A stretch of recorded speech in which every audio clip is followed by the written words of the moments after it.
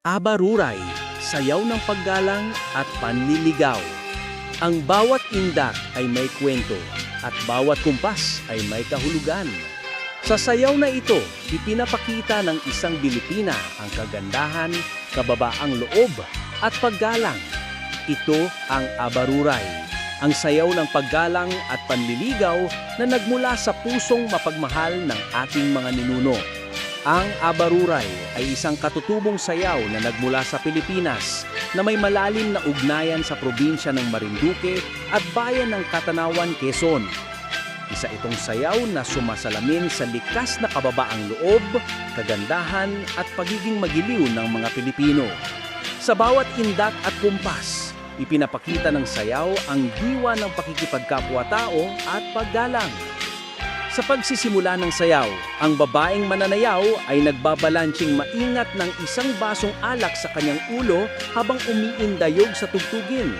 Ang kilos na ito ay hindi lamang nagpapakita ng husay at kontrol, kundi pati ng kagandahan at dignidad ng isang Pilipina.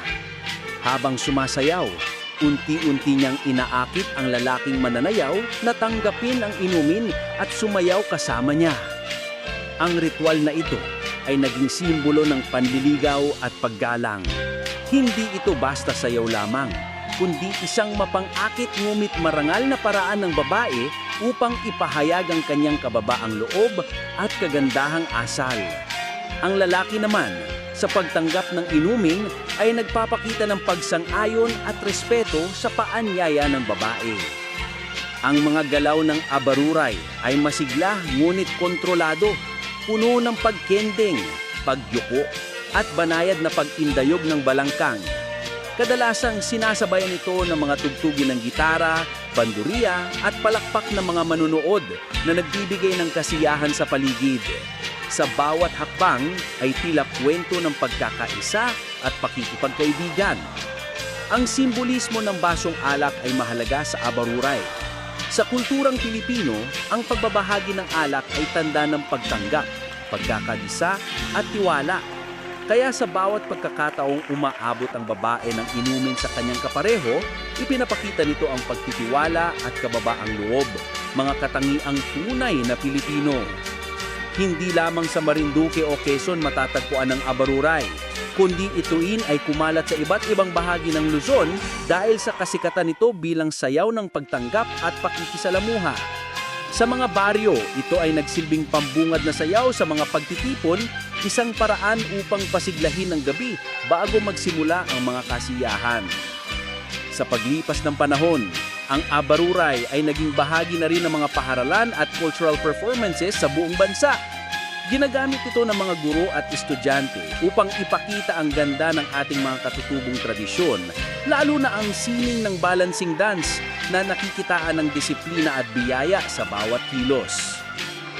Ang kahalagahan ng abaruray ay hindi lamang sa galaw, kundi sa mensaheng dala nito, ang paggalang, pagtanggap at kababaang loob.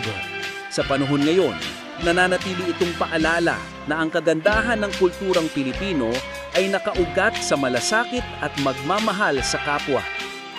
Kaya tuwing isinasayaw ang abaruray, hindi lang ito simpleng palabas. Ito ay pagdiriwang ng ating pagkakakilanlan bilang mga Pilipino, mga taong marunong gumalang, magmahal at ipahayag ang damdamin sa paraang magaan, maganda at punong diwa ng kabayanihan ng puso.